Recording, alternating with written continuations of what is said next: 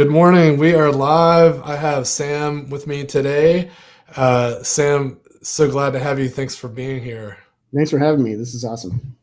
So, gosh, we just had a really fun chat here as we were kind of warming up and kind of getting started to talk about a few things. And I think it's really interesting to take a step back and look at how the workplace and the workforce is evolving kind of post. I don't even, we even said we agreed we wouldn't say post pandemic because Right. like, are we even near the end? What does the end even mean, right? Or are we dealing with like a rolling series of vaccines over the next like 40 years or whatever? Right. Right. Right. Who knows? Who Yes, knows? exactly. And so, but you brought up a really interesting point and something I had been thinking about, this notion of the trauma that everyone has experienced. Mm. And much of it we've developed coping mechanisms to where Yeah. we're dealing with it. We're navigating the new way of living, the new way of working. But once things start to shift again, I think we're going to be forced to confront that trauma.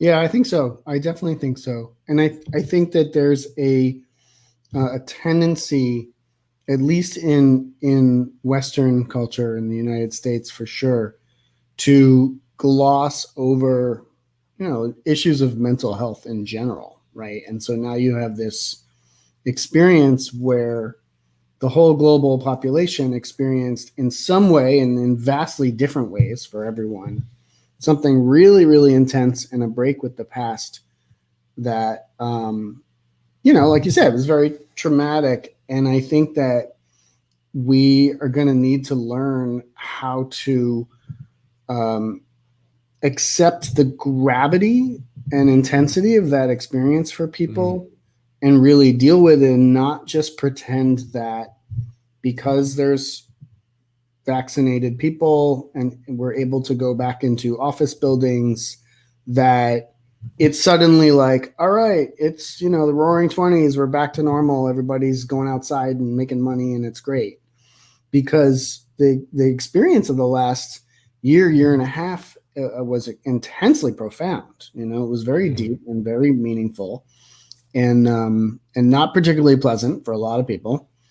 And I do worry that we don't have the leadership infrastructure, for lack of a better word, Mhm. to welcome people who want to come back to their offices, because that's a whole other question we talked about. But even those who come back, separate and apart from like the unit economics of having an office or not, and there's all that. People are thinking about different business models after from the pandemic. But like, what about the people who show up on day one to come back into the office? What are we going to offer them as support in?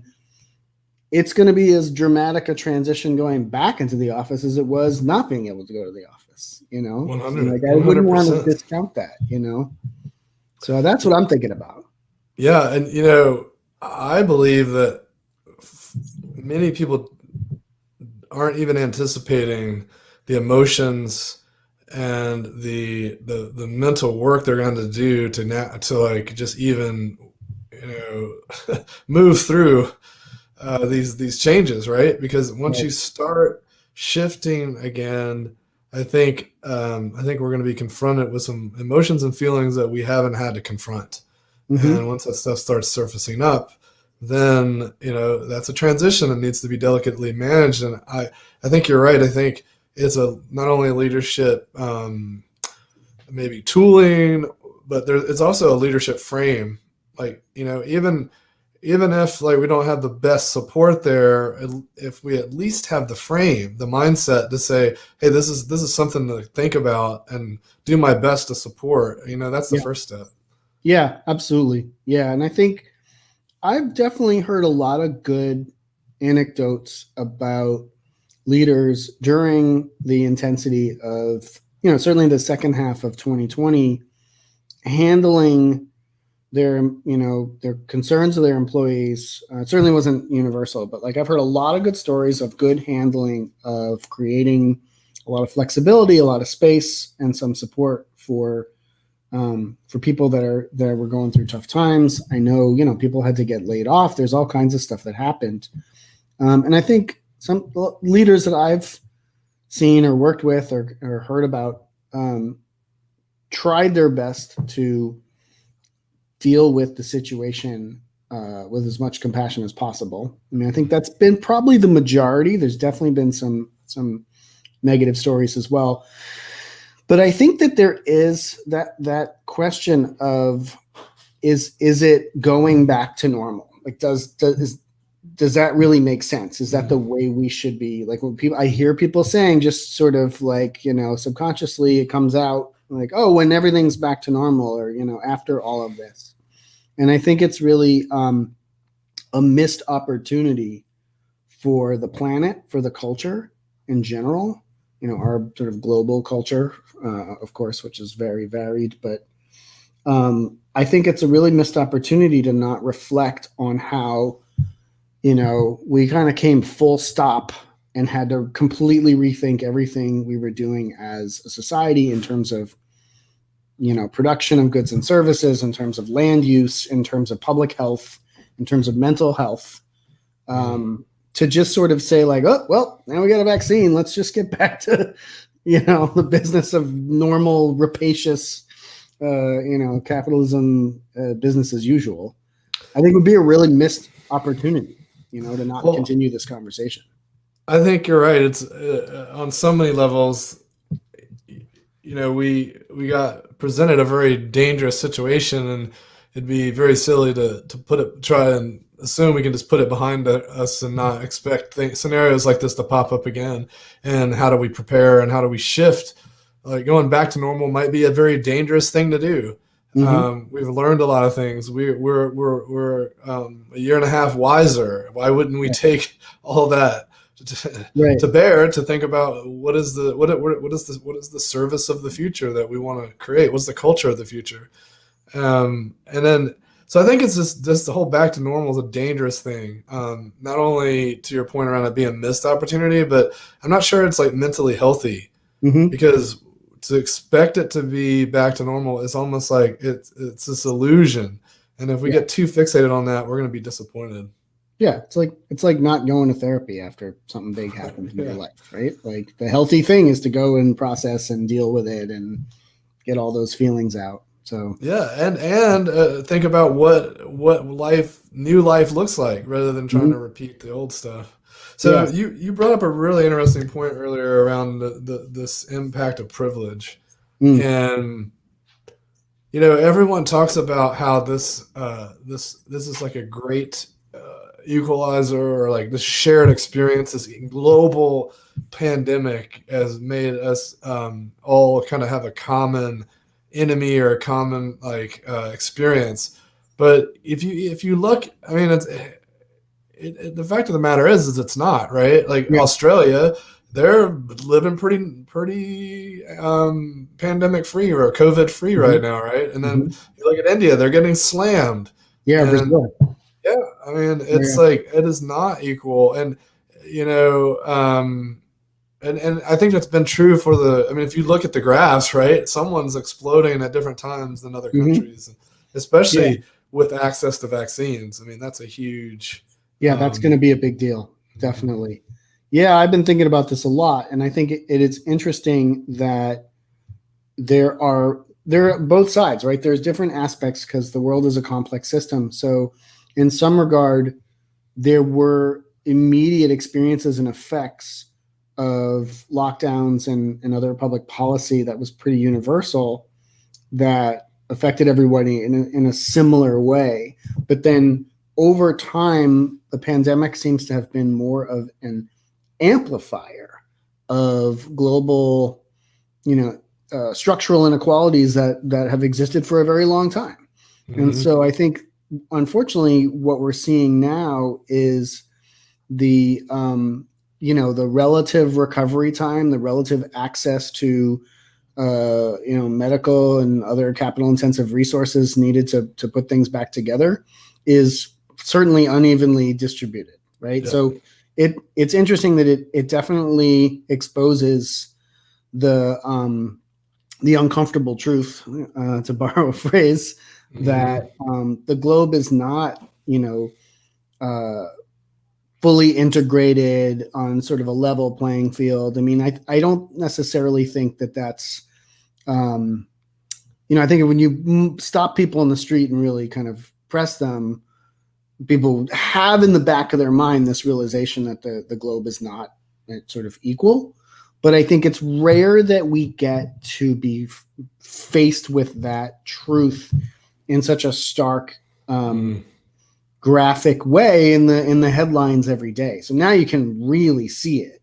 And the question is, what do we I'm sitting in the Bay Area in one of the tightest concentrations of capital in the globe, Silicon Valley.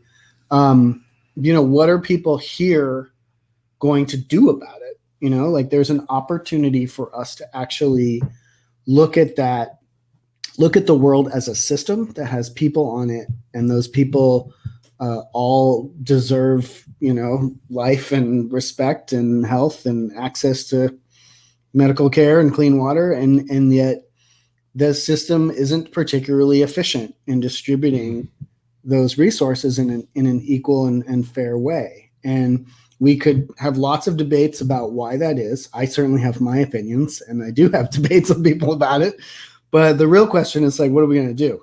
How are we going to solve this problem? I think the thing that's unique about this situation is how this notion, to me, this realization that it is a system, but this part of the system doesn't always feel impacts of this other part of the system. Yeah. That's a big problem, right? It's and it's similar to how us humans will, not take care of certain parts of our body because, we don't necessarily feel the impacts. We can damage the heck out of our heart because it keeps ticking for a long time until finally it gives out, right? You don't really know. It gives out. Right. Whereas if you break your elbow, you're going to go get that fixed because it's the rest of your body feels the impacts of that part of the system pretty quickly. Yeah. That's a really good metaphor. And so right now we're in the situation where, to be kind of crass, India it's very devastating what's happening right there right now. But one way to think about it is a giant petri dish, right? To breed more virulent strands of the virus, right? And that could come back and hit us, no matter if we're vaccinated or not. Absolutely. And so even if people don't care about those other people, maybe of course they should. The risk, right? The risk of coming back on us, maybe that'll be enough to start to care a little bit. Yeah, I think that's true in a lot of phenomena where there isn't adequate, sort of public health and safety infrastructure, right? You have people, plenty of people in the West that are in places where, there's high density of population, and not really adequate access to health and safety resources, be it sort of basic sort of jobs and education or, oxygen and medical care. That's why I was thinking of the pandemic as really just an accelerant of, global and other systemic inequalities that have existed for a long time. And it just brought it all out into sharp relief. And it did it in a way where it kind of halted the global economy full stop for at least a brief while, which was a terrifying and fascinating thing to behold. I remember 2008 very, very well. I sort of trained as an economist before I was in tech, so I definitely understand the mechanics. That was pretty wild, watching everything full stop. And then the question was immediately on my mind was wow, what are we going to do with this? How is this going to progress? And I think that in some ways, unfortunately, a lot of the talk at public policy levels has been this back to normal stuff. And when I talk to people as individuals, I don't hang out with a lot of bigwigs in Washington that often.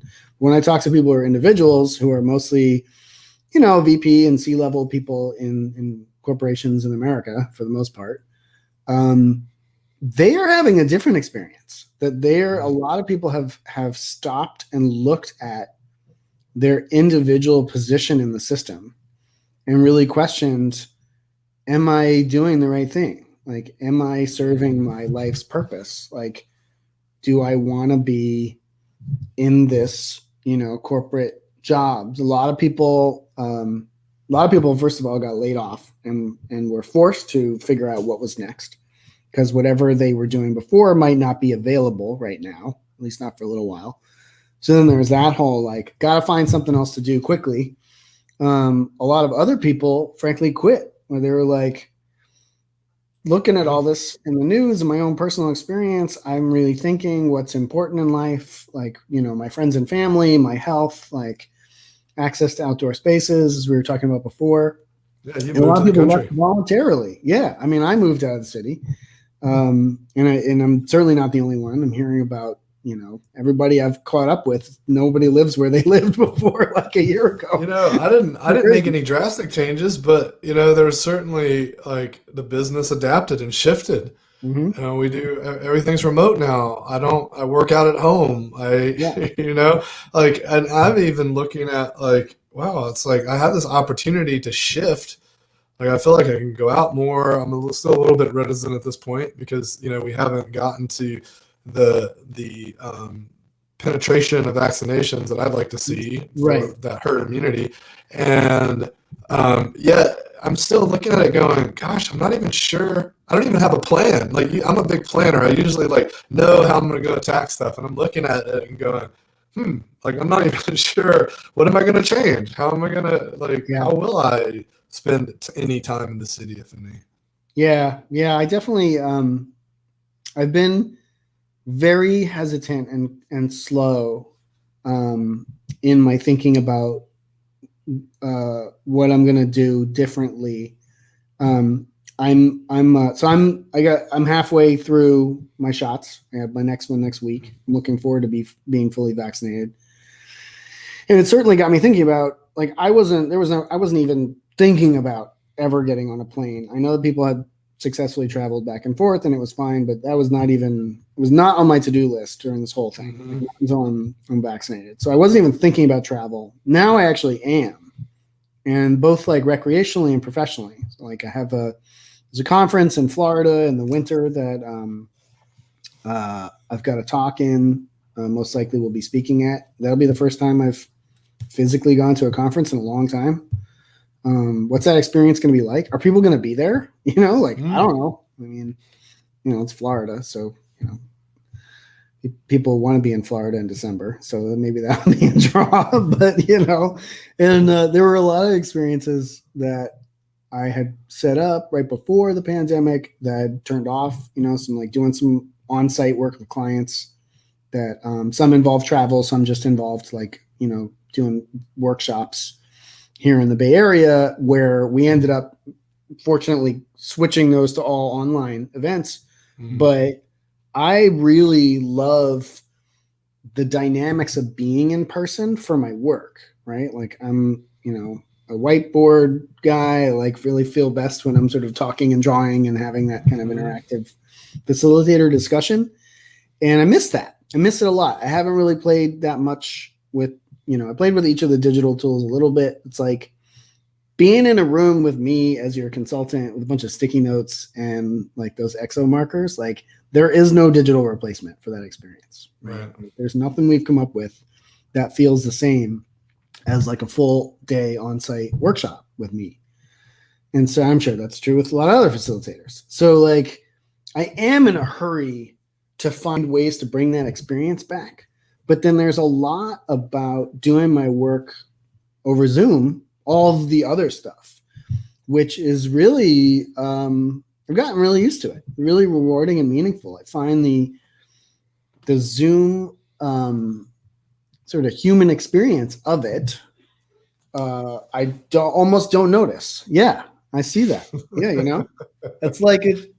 We're talking right now, we might as well be at a coffee shop. It doesn't feel that much different. I think we've all gotten used to it. Yeah. So there is this sort of blend of, like, what do we want to do in person? And also, like, with clients, I think, working with companies and technology leaders who are trying to build stuff and get it out the door, there is a lot of value to getting people together for, a kickoff or a retreat or like those kinds of individual, personal sort of work bonding experiences and level setting that we did the best we could when we had to all be remote. But I think the possibility of going back to doing some of that stuff in person is really great, because I do think a lot of the dynamism of getting, cross-functional team in the same room, even if it's only, once or twice during a project, is a really beneficial experience for reasons that aren't easily quantifiable, that aren't easily like, oh yeah, it's exactly this, this, and this. It's like a lot of sort of weird interhuman dynamics that are hard to put your finger on, but you can tell when they're missing, right? It's man, it's we've never been in a room together and we're supposed to build this thing and we have to trust each other, and like, how's that going to happen? It's amazing, like just the energy that you get by bringing people together. I'm really curious how we're going to navigate the whole. I mean, people talk a lot about hybrid, and it can mean a lot of different things. But I'll tell you, when you are planning a kickoff or a big event, then you're planning on having the exos and being up at the whiteboard, and all of a sudden 2 executives say they're going to be calling in from wherever. That's going to change things quite a bit, and expectations are going to be, they're not going to be comfortable just dialing into Polycom anymore, right? Mm-hmm. So making sure that they can contribute, participate, they can hear just like everyone else, they can participate in any of the breakouts just like anyone else. It's going to be fun, like we've already been brainstorming some fun things from fun ways to approach that. So excited to see where it goes. Yeah, definitely. I mean, I think there's also like, I've been thinking about sort of meetings and calendars and that sort of thing, like having, having, like, I think with everybody being remote, at least some of what I've noticed is that there's been a tendency to feel like you can kind of get a hold of anybody anywhere. There's been blurring of the schedule, and the sort of work-life balance thing is a challenge. A lot of clients that I work with have too many meetings, and I'm not an anti-meeting guy. Like, I think meetings are great and I think they're really important, but I think that people don't know how to do it. And so it's sort of like this loose conglomeration of people schedule something, and it sort of overlaps with this other one, and they're getting together later in the week to talk about more or less the same thing, right? I bet there's a book about it that you could probably get that would be really helpful. I swear that wasn't like a softball plug for you, but I know meetings are your jam, and I'm sort of feeling the pain of it right now. And I wonder like how this sort of hybrid concept either helps or hinders how people think about when do we collaborate? How do we organize our schedules when we have folks who are all working on the same thing in some cases, and then you've got folks who are maybe working on 2 different things, but there's some collaboration that has to happen for dependencies or, different product teams that have to share data or whatever. That coordination was difficult before the pandemic. It's like, I think it got a lot harder for a lot of people real quick in the last year or so. I'm now sort of flipping the table here, asking you questions. Like, what are your thoughts on? It brings up a couple of things that we talk about. One is, I think a lot. You're right. The pandemic kind of shifted the tables a bit on folks, and I would argue that it just exacerbated patterns that were dysfunctional prior. Oh, right? Yeah, another accelerant, right? Yes, exactly. And so one big problem is that people have meetings without being clear on purpose. And you'll hear this a lot, purpose. And it typically goes over people's heads. They're like, purpose. Or they think it's just what's my deliverable, what's my output. And as long as I'm clear on like, we're gonna do this, then we're clear on the purpose. But really the thing that we need to be asking ourselves is, why do we want to make that diagram? Right. Don't say our purpose of the meeting is to make an empathy chart. It's like, well, why do we need to make an empathy chart? Right. Why does Right. that matter? Okay, why does that matter? Why does that matter? And like, and at some point you get to this like ridiculous, really, really just like generic thing. But now you've got this whole nice spectrum of conversation that you can explore and be really clear around why we're coming together. And then of course people all the time will like throw meetings on your calendar without much thought. Oh, just let's get together and explore this. And it's like, well, what are we really here for? I think is the if we got more clear on that and spent a little bit more time up front. And the other thing is the BBC has put out a report that said most ineffective meetings are actually a form of therapy. I think it's kind of funny to think about, right? But the thing is we need to honor that, because if people are just sprinkling the calendar full of like connection points because they're like really desiring to be together, and even if it's remotely, then they're just self-medicating, right? Fascinating. Wow. Right? What an interesting concept. But if instead you're intentional about like, let's make just enough connection so that we have the connections we need, and like surface that as a purpose and be clear about it, then people don't walk out disgruntled that it was a shitty meeting. It's like, oh no, we didn't. The purpose was to connect, and we had great connection, and let's not be upset about that. Let's like be happy about it. So the compulsive reaction of all of us extroverts to the pandemic was to schedule as many meetings as possible. Really, it's probably our fault. We're all my people. That's great. Awesome. On that note, I think that's a great place to stop. Thanks a bunch for chatting with me today, Sam. It was a pleasure. Thanks for having me. Yeah, of course. Excellent. Well, until next time, keep living a great life. You too, man.